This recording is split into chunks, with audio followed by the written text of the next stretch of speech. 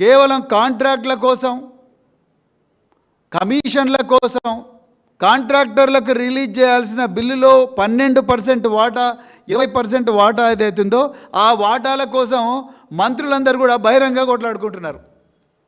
ఇక వీళ్ళు రాష్ట్రాన్ని రక్షిస్తారు. ఇలా అడ్లూరి లక్ష్మణ్ కుమార్ మంత్రి గారు, పొన్నం ప్రభాకర్ గారు వాళ్ళు కొట్లాడుకుంటున్నారు. అడ్లూరి లక్ష్మణ్ కుమారు, వివేకానంద్ వీళ్ళిద్దరు కొట్లాడుకుంటున్నారు. పొంగులేటి శ్రీనివాసరెడ్డి, వరంగల్లో ఉండే మంత్రి కొండా సురేఖ వాళ్ళు కొట్లాడుకుంటున్నారు. సీతక్క నియోజకవర్గంలో పొంగులేటికి ఏం పని అని సీతక్క మనుషులు అంటారు. వీళ్ళిద్దరూ ఉన్నారా, మరి నేనెందుకు లేనని చెప్పేసి కొండా సురేఖ అంటారు. అంటే ఇదంతా కూడా కమిషన్ల కోసం, మీదంతా కాదు, ఇదంతా రాజ్యం నాది, నేనే మొత్తం తీసుకుంటా అని రేవంత్ రెడ్డి అంటా ఉన్నాడు.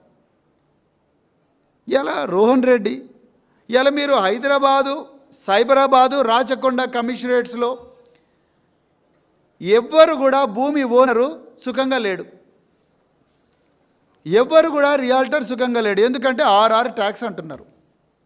మరి ఈ ఆర్ఆర్ ట్యాక్స్ మీద ఇంటెలిజెన్స్లు నిఘా పెడతలేరా? ఈ ఆర్ఆర్ ట్యాక్స్ వెనకాల ఎవరున్నారు అనేది ఎవరు చూడడం లేదా? క్రీడా వాళ్ళని అడిగితే తెలుస్తుంది కదా. ఇవన్నీ ఏ గెస్ట్ హౌస్లలో ఈ పంచాయతీలు అడుగుతున్నాయి, ఎవరినైతే వాటి మీద నిఘా పెట్టొచ్చు కదా. తెలంగాణ భవన్ ముందర ఇంటెలిజెన్స్ పోలీసు వాళ్ళని పెట్టే బదులు అక్కడ పెట్టొచ్చు కదా. ఈ రోహన్ రెడ్డి గెస్ట్ హౌస్ దగ్గర, కొండలరెడ్డి గెస్ట్ హౌస్ దగ్గర, లేకపోతే తిరుపతి రెడ్డి గెస్ట్ హౌస్ దగ్గర, రేవంత్ రెడ్డికి ఇంకెవరెవరైతే ఉన్నారో, ఎవరో ఫహీం ఖురేషో నయీం ఖురేషో అనే పేరు, ఆయన గెస్ట్ హౌస్ ముంగట, వీళ్ళందరి గెస్ట్ హౌస్ల ముంగట పెట్టాలి కదా. మొన్న ఈనాడు, సాక్షాత్తు ఈనాడు పేపర్లో ఒక డీసీపీ, తర్వాత ఇంకొక అగ్రనాయకుడు ఈ ముగ్గురు కలిసి పెద్ద ఎత్తున రియల్ ఎస్టేట్ దందా జరుపుతున్నారు. ఈనాడు దినపత్రికలో ఓపెన్గా వచ్చినా కూడా ఇంతవరకు ఆ డీసీపీలను ట్రాన్స్ఫర్ చేయలేదు. ఇప్పుడు వాళ్ళకే చెప్పి మీరు మమ్మల్ని జూబ్లీహిల్స్ ఎలక్షన్లో గెలిపించండి అంటున్నారు.